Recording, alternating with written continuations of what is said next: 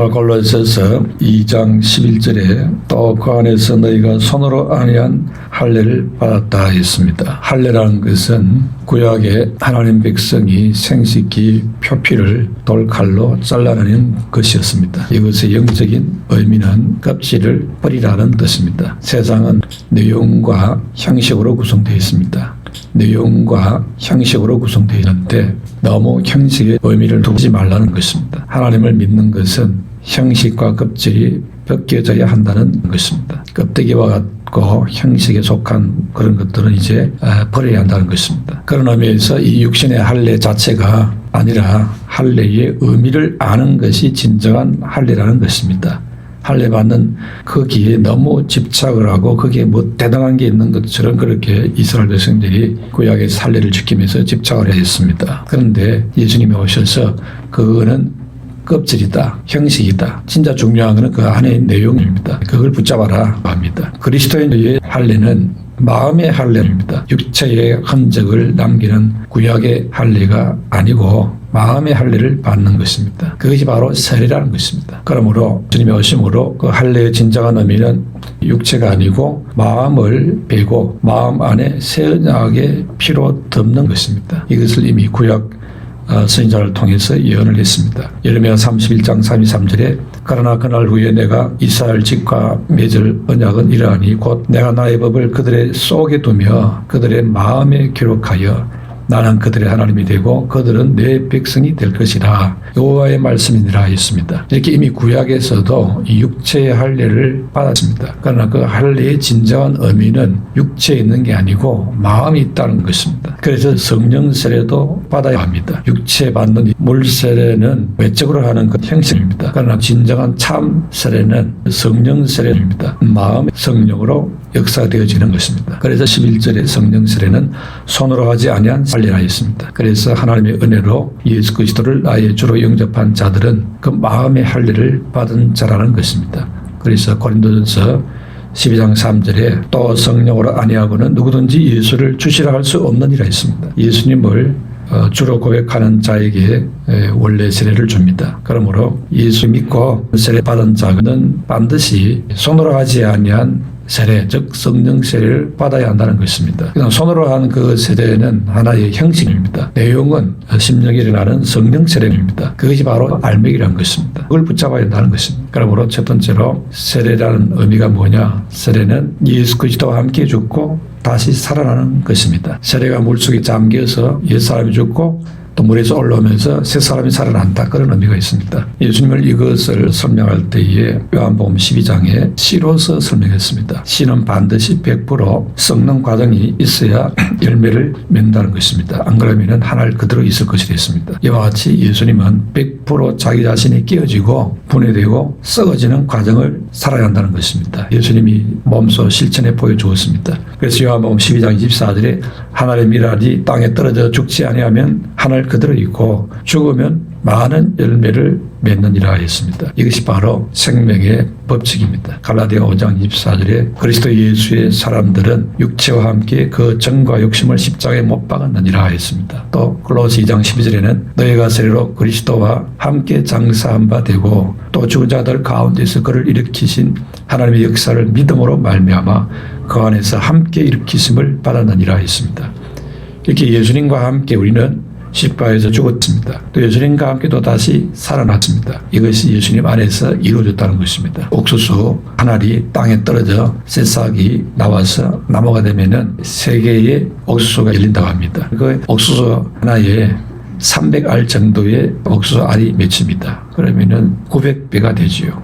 한 알에 옥수수 알이 땅에 떨어져 썩어져서 죽으면은 900배가 나옵니다. 이렇게 죽으면은 많은 열매를 맺습니다. 예수님도 자기 자신을 비우는 삶과 깨어지는 삶을 친히 살았습니다. 그 깨어짐의 절정이 십자가의 죽음이었습니다. 그래서 빌립보 2장 8절에 자기를 낮추시고 죽기까지 복종하셨으니 곧 십자가의 죽으심이라 했습니다. 이렇게 하늘의 밀알이 땅에 떨어 죽지 아니하면은 하늘 그대로 있고 죽으면은 많은 열매를 맺습니다. 벼 한 알이 100 50에서 200배의 열매가 나옵니다. 포도 한 알이 3,500개 정도가 나온답니다. 이렇게 한 알이 희생해 죽으면은 아주 어마어마한 열매가 나옵니다. 그래서 아내가 죽어져야 남편이 살고 남편이 죽어져야 아내가 산다. 그런 의미가 들어있습니다. 즉 성도가 죽어야 열매가 열린다는 것입니다. 어느 것이든지 내가 죽어질 때에 그것에 그리스도의 향기가 나오게 되어집니다. 죽은 사람은 자존심을 건드려도 낙심하거나 화를 낼 수가 없습니다. 죽었기 때문입니다. 특히 우리에게 혈기가 죽어야 됩니다. 모세는 이스라엘 백성들이 하도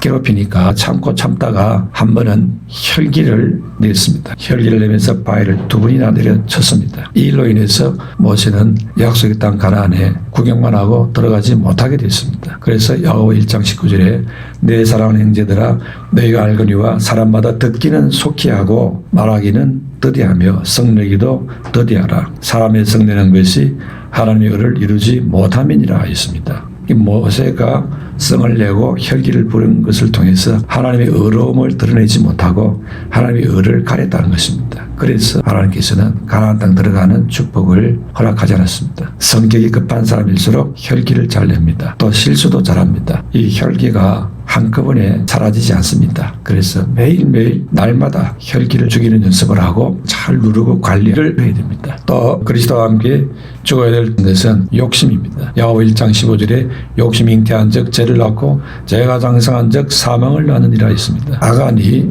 물질 욕심 때문에 하나님의 말씀을 어기고 전쟁에 나가 전리품을 훔쳤습니다. 마침내 제비 뽑혀 드러나서 자기가 잘못한 것을 이신직고하였습니다. 그런데 자기만 처형을 받는 게 아니고 온 가족이 다 몰살을 당하게 되어졌습니다. 욕심 때문에 그렇게 됐습니다. 가룟 유다도 돈 그게 뭐가 그렇게 중요하다고 그것 때문에 예수님을 배신하고 팔아 넘겼습니다. 그리고 후회하다가 마침내 목을 매 자살해 죽고 말았습니다. 갈라디아 5장 24절에 그리스도 예수의 사람들은 육체와 함께 그 정과 욕심을 십자가에 못 박았느니라 했습니다. 이 안에 일어나는 이 욕심을 예수님과 함께 십자가에 완전히 못 박게 되시기를 축원합니다. 또 우리가 주게 될 것 가운데 하나가 교만입니다. 잠언 18장 12절에 사람의 마음의 교만은 멸망의 선봉이요 겸손은 종기의 아짭이니라 했습니다. 교만한 사람은 자신이 하나님의 자리를 차지합니다. 신명기 8장 14절에 두렵건대 내 마음이 교만하여 내 하나님 여호와를 잊어버릴까 하노라 했습니다. 우리가 교만해지면은 하나님의 은혜를 잊어버린다는 것입니다. 혹시 우리가 하나님에게 베풀어 주신 은혜를 잃어버리고 이게 다 내가 잘해서 그렇다 이런 마음이 생긴다면 여호와를 잊어버린 겁니다. 그래서 우리도 교만을 날마다 죽이는 연습을 해야 됩니다. 하루아침에 완전히 정리가 잘 안 되기 때문입니다. 항상 우리는 교만이 생길 수 있습니다. 그래서 내가 죽어져야 아름다운 부활의 꽃이 피어납니다. 오늘 본문 12절에 너희가 세례로 그리스도와 함께 장사되고 또 죽은 자들 가운데서 그를 일으키신 하나님의 역사로 믿음으로 말미암아 그 안에서 함께 일으키심을 받았느니라 했습니다. 세례받을 때 물속에 완전히 들어갔다가 나옵니다. 이것은 예수님이 죽으셨다가 다시 살아나셨다 이것을 의미합니다. 즉 죄와 노예의 상태에 있었던 옛사람이 주님과 함께 죽고 이제 예수 그리스도의 십자가의 의로 말미암아 영생을 누리는 새 사람으로 다시 태어난다. 그런 의미가 바로 세례입니다. 그래서 우리는 죄에 대해서는 죽고 하나님에 대해서는 살아난 자가 되는 겁니다. 이 세상을 향해서는 죽고 하나님 나라를 향해서는 다시 살아나는 겁니다. 로마서 6장 11절에 이와 같이 너희도 너희 자신을 죄에 대해서는 죽은 자요 그리스도 예수 안에서 하나님께 대하여는 살아있는 자로 여길지어다 했습니다. 두 번째로 물세례 받는 것이 근본적인 변화를 주지는 않습니다. 그러므로 물세례는 변화를 상징하는 겁니다. 그러면 진정한 변화가 어디에서 일어나느냐? 그리스도 안에서 일어납니다. 그러니까 이 세례받는 그 자체로 인해서 변화가 오는 게 아닙니다. 변화는 예수님 안에서 이루어지는 겁니다. 그래서 내가 예수님과 함께 죽는 거, 예수님과 함께 십자가에 못 박히는 거, 거기에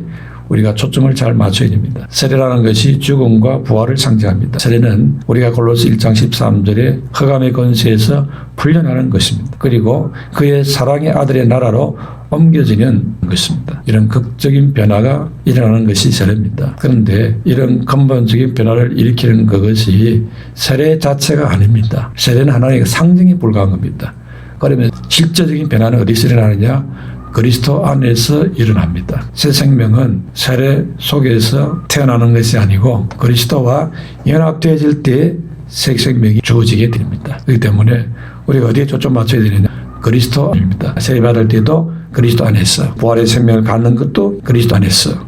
그래서 모든 우리의 신앙의 초점이 그리스도 안에서 거기에 맞춰져야 하는 것입니다. 또 알아야 될 것은 생명도 그리스도에 의해서 주어지는 것입니다. 믿음은 단지 신자를 그리스도와 연합시키는 일을 합니다. 그래서 우리가 예수님께 초점을 잘 맞춰야 되는 겁니다. 세례나 할례는 하나의 영적인 상징입니다. 상징이기 때문에 상징만 붙잡고 있으면은 유익이 되지 않습니다. 그 상징에 실제가 되고 내용이 되는 그 알맹이를 붙잡아야 됩니다. 11절에 또 그 안에서 너희가 손으로 하지 아니한 할례를 받았으니 곧 육의 몸을 벗는 것이요 그리스도의 할례니라 했습니다. 그러므로 세례 그 자체가 중요한 의미를 갖는 것이 아닙니다. 옛사람의 제약된 삶에서 벗어나는 핵심은 바로 그리스도인 줄로 믿습니다. 그래서 갈라디아 6장 15절에 할례나 무할례가 아무것도 아니로되 오직 새로 지으심을 받은 것만이 중요하니라 했습니다. 예수님을 통해서 새로 지음을 받는 그게 중요하다는 것입니다. 그러므로 진정한 할례라는 것은 단지 신체의 작은 일부를 베어내는 것이 아니라는 겁니다. 진정한 할례라는 것은 하나님을 알지 못하고 하나님의 뜻을 거스르는 이 세상의 삶을 끌어내버리는 것입니다. 그래서 다시는 옛사람의 길로 안 가는 겁니다. 그래서 변화가 일어나는 겁니다. 근데 이스라엘 백성들은 할례 자체를 갖고 어지간히 자랑도 합니다. 그러면서 행동은 안 변해요. 뭐 바뀌는 게 없습니다. 그러니까 망인이나 이스라엘 백성들이랑 별반 차이가 없어요. 하나님 보실 때는 할례 그 자체를 자랑하라고 할례를 준 게 아닌데 그것만 자랑하고 아주 이제 다 됐다고 생각하고 있으니까 이게 헛다리를 짚는 것입니다. 그래서 주님께서 선자를 보내서 그게 아니라는 것을 계속 지적을 해도 마귀를 잘 못 알아듣습니다. 그러므로 이 세례를 받는 것은 세상 가치관으로 사는 사람이 아니라는 겁니다. 그래서 로마서 6장 6절에 보면은 우리가 알거니와 우리의 옛사람이 예수와 함께 십자가에 못 박힌 것은 제 몸이 죽어 다시는 우리가 죄에게 종로로 타지 아니하리 하매니 이는 죽은 자가 죄에서 벗어나 어렵다 하심을 얻었습니다. 만일 우리가 그리스도와 함께 죽었으면 또한 그와 함께 살 줄을 믿노니 했습니다. 이렇게 세례 그 자체의 의미를 두고 우리 살면은 옛 사람이 죽어지고 이제 새 사람이 되어지고 다시는 죄에 빠지지 않고 이런 것에 신경을 쓰지를 않습니다. 세례 받았다 하고 이제 나는 구원 받았다, 예수 믿는다 이러고 있습니다. 뭘 받아요? 껍데기만 지금 붙잡고 있는데 알맹이 하나도 없는데. 그래서 껍데기는 버리는 겁니다. 즉 내 안에 있는 불신앙, 옛사람, 죄를 따라가는 습성 그건 잘라서 버리는 것입니다. 알맹이를 붙잡아야 됩니다. 주님의 말씀을 붙잡고 예수님을 붙잡아야 될 줄로 믿습니다. 믿는 자가 받는 세례는 그래서 손으로 하지 않는 세례를 받는 것이 바로 핵심입니다. 물세례 받는데 그 자체 의미가 있는 게 아니고 그걸 통해서 이제 변화가 일어나서 예수 그리스도를 통해서 성령으로 진정한 변화, 진정한 세례가 일어나야 한다는 것입니다. 그래서 믿는 자가 손으로 하지 않는 세례를 받아야 한다는 것입니다. 형식적인 세례, 율법적인 세례가 아니라 마음의 세례를 받아야 합니다. 그러므로 죄로 얼룩진 우리의 육에 할례를 받음으로 그 육은 예수 그리스도와 함께 죽는 것이 됩니다. 나의 육은 죽었다가 이제 예수님과 함께 다시 새 사람으로 살아나는 것입니다. 내 육이 죽었다는 것은 나를 죄와 사망의 길로 이끌어가던 그 육신의 정욕이 죽었다. 죄 지키를 좋아하는 그 마음이 이제 죽었다. 그런 뜻입니다. 이런 변화가 세례 자체로 인해서 오는 게 아니고 바로 내 안에서 예수님이 성령으로 역사함으로 옵니다. 즉 성령 세례로 이게 일어나는 겁니다. 변화의 핵심은 바로 그리스도께 있는 것입니다. 예수님이 성령으로 내게 역사해 주셔야 되는 겁니다. 마지막으로 세례는 예수 그리스도께서 십자가로 죄와 세상과 사단을 이기는 것입니다. 그걸 우리가 붙잡는 겁니다. 그리스도인은 영적 부활을 통해서 새로운 세계로 들어간 자가 됐습니다. 사단과 세상은 궁극적으로 우리를 자꾸 죄로 끌고 가려고 합니다. 그리고 불신앙으로 끌고 가려고 합니다. 그래서 우리로 하여금 자꾸 죄를 짓게 합니다. 마침내 하나님과 원수가 되게 하고 멸망케 만듭니다. 이렇게 세상에는 유혹이 많습니다.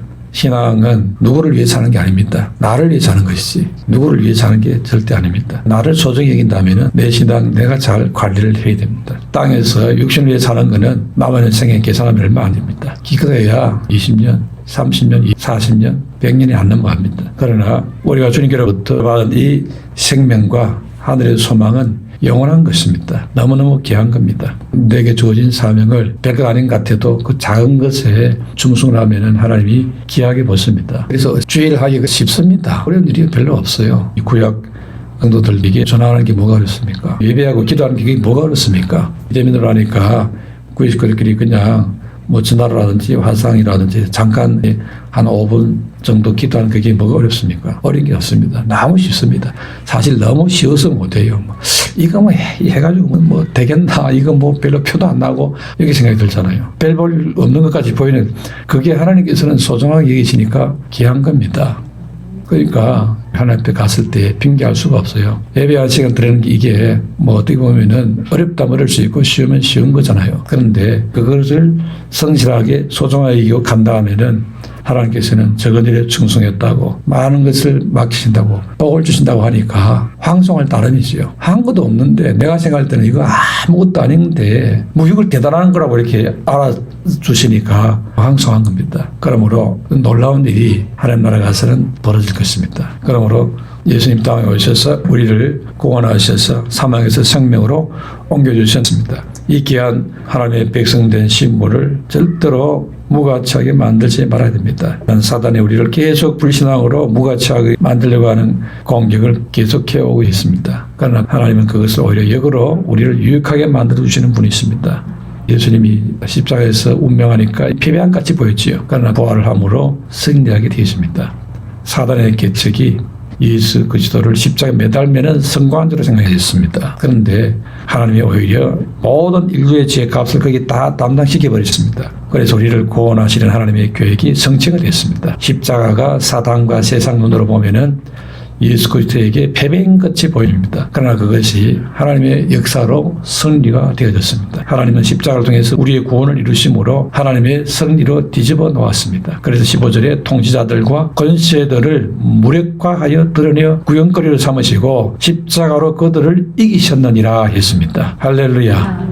마귀는 십자가로 자기가 이기다 생각했는데 하나님은 사단의 역사는 통치와 권세 그걸 무력화시켜가지고는 오히려 십자가로 승리케 만들었다는 것입니다. 이렇게 예수님의 십자가는 역전 드라마가 있습니다. 우리가 세례받는 것이 바로 그런 역전 드라마의 의미가 들어있습니다. 십자가로 사단이 잠깐 승리했으나 오히려 그 통치자들 권세들이 무력화되어 구경거리가 되고 우리는 십자가로 이기게 되는 겁니다.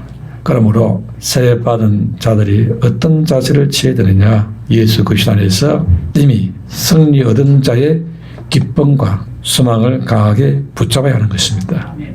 지금도 세상과 마귀는 교회와 그리스도인들을 향하여서 온갖 조롱과 비방과 음해의 파괴 공작을 일삼고 있습니다. 그러나 거기에 우리가 기죽지 말아야 됩니다. 이미 요한복음 10장 33절에 주님 말했습니다. 세상에서 너희는 환난을 당하라 담대하라 내가 세상을 이겼노라 그랬습니다. 그러므로 어려움이 옵니다. 이런 어려움, 비교도 안 될 어려움이 앞으로 또 올 수도 있습니다. 너무 실망하고 낙심하고 하지 말아야 됩니다. 오히려 환난에 어려움이 오고 하면은 기뻐하고 즐거워를 했지 않습니까? 즐길 줄도 알아야 됩니다. 시험이 오면은. 우리 이것이 우리 큰 칭찬이 되고 상급이 될 수 있으니까. 오히려 감사해야지요. 세상에서 볼 때는 별볼 없이 보이는, 가치 없이 보이는 그런 사람들이라 할지라도 하나님 보실 때는 그렇지가 않습니다. 실상은 그렇지가 않다는 것입니다. 이 귀한 영적인 비밀을 붙잡고 믿음 생활에 승리하게 되시기를 축원합니다.